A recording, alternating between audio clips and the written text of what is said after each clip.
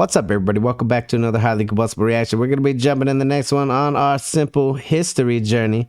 The man who fought with a longbow and sword in World War II. Let's jump into it. Let's check it out together. I'm saying I'm not fighting no damn war with a longbow and sword. I don't care how good I am with said longbow or sword. Not if everybody else is using guns. We're behind the times a little bit. If you can see, we're already subbed up to Simple History. Make sure you go over and do the same if you enjoy the content. Let's jump into it. Let's check it out. Let's roll. Mad Jack, the man who fought with a longbow and a sword in World War II. John Malcolm Thorpe Fleming Churchill was born in Hong Kong and graduated from the Royal Military Academy at Sandhurst in 1926. He would later earn the nickname Mad Jack or Fighting Jack for fighting with a longbow, bagpipes, and a sword in World War II. Bagpipes too? Stationed at Burma with the Manchester Regiment in the British Army during peacetime made Mad Jack restless. It was during the interwar years, in the 30s, that he would master the bagpipes and ride his motorcycle across the entire Indian subcontinent. Wow. In 1936, after moving to England, Mad Jack left the army and became a model and a movie extra. He would also practice a new skill, archery, and became so good that he represented Great Britain at the World Archery Championships in 1939. When war arrived, Mad Jack returned to the British Army and the Manchester Regiment as an officer and was shipped off to France. During the Battle of France in 1940, Mad Jack led small raids on the enemy as the British Expeditionary Force was on the retreat from the Germans' relentless advance. Using a longbow and a Scottish broadsword as his weapon of choice, he became the only soldier known to have felled an enemy with a longbow in the war when he landed a shot on the enemy Feldwebel with a barbed arrow. When asked why he did this, he replied, "Any officer who goes into action without his sword is improperly dressed." Yo, this man is a savage. You went all crazy with a broadsword and a longbow. The only person to have failed somebody with a longbow in the war, that's a hell of a title. During the retreat to Dunkirk, Mad Jack was shot in the neck. When asked how it happened, he replied, "German machine gun," casually. Casually? He would also win the Military Cross for bravery after rescuing a wounded British officer from a German ambush. After Dunkirk, Mad Jack signed up for the Commandos, and when his training was complete, he was sent to Vagsø, Norway in 1941 as second in command of No. 3 Commando in Operation Archery. As he left the landing craft, Mad Jack played March of the Cameron Men on his bagpipes and then led his men ashore with his broadsword waving in the air. The German garrison at Vagsø was quickly defeated. Prisoners were taken and the artillery batteries captured, along with shipping destroyed on Malloy Island. For this action, I'm saying a lot of those people out there that were following this man probably got a hell of a lot of courage from his bravery alone, by seeing how crazy he is, by seeing him with a longbow and sword. That means that he believes that he can do some extraordinary things, that his people can do some extraordinary things. Like, that's, I don't know, that would give me motivation. I follow somebody named Mad Jack. Let's go. Mad Jack received his second military cross. In 1943, in Italy, Mad Jack led 2 Commando with the objective to destroy German artillery and observation posts in the town of Piglioletti. Even though the town was well defended and outnumbered, Mad Jack organized his men into 6 parallel columns, who instead of using stealth tactics all shouted "Commando!" The German defenders, as a result, were confused into thinking the shouting, which was coming from all directions in the darkness, was a much bigger force. In this skirmish, the 50 men of No. 2 Commando took 136 prisoners. Mad Jack, who was assisted by Corporal Raffel, took 42 German prisoners and captured a mortar crew using his broadsword. After marching the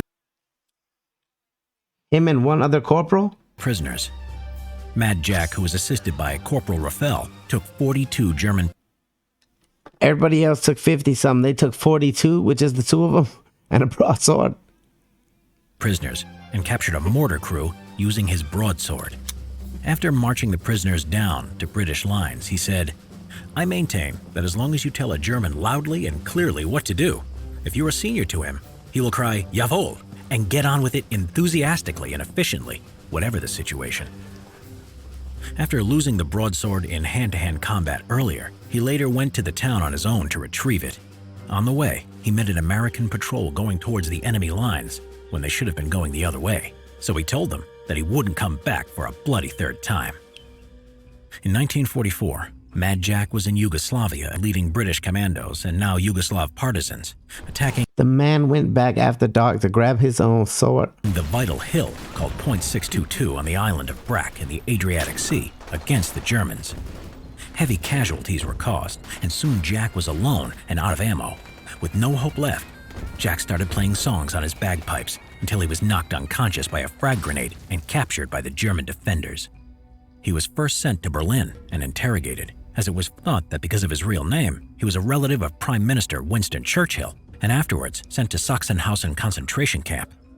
But in September 1944, Mad Jack and an RAF officer escaped the camp by How the hell did I know in my brain, before they even said it, that this man escaped? crawling under barbed wire I literally just said to myself, I bet you he escaped. through an abandoned drain and set out to walk to the Baltic coast, but were then captured.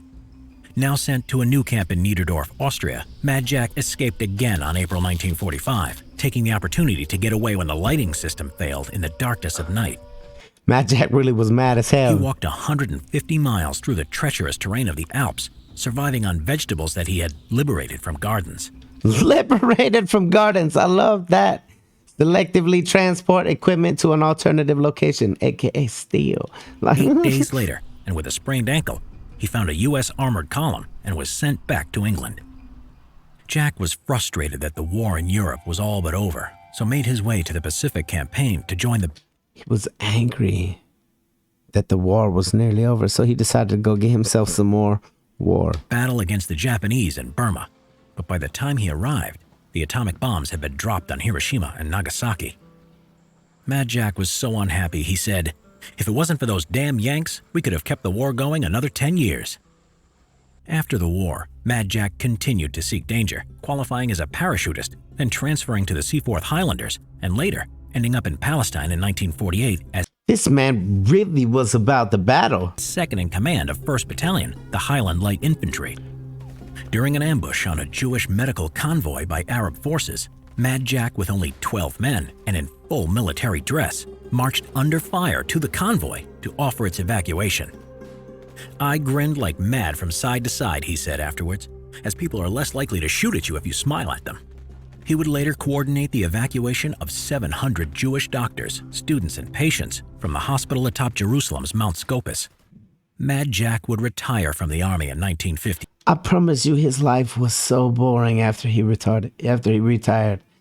For real, for real. How could it be exciting after all of those exploits? With 2 awards of the Distinguished Service Order. Subscribe for more. We need to know I need to know what Mad Jack did in his after years is what we need to know. Definitely subscribe over on Simple History. We're subbed up. I hope you will too. Let me know what else we need to check out. Let me know if there's anything else out there on Mad Jack if you know. Until the next one, hit the like button if you liked it, the dislike button if you disliked it. Check out one of the other videos up there. Subscribe right here if you want to see more content, possibly your content. I'm highly combustible. You guys be happy, healthy, safe. I love you to the moon and back. Peace.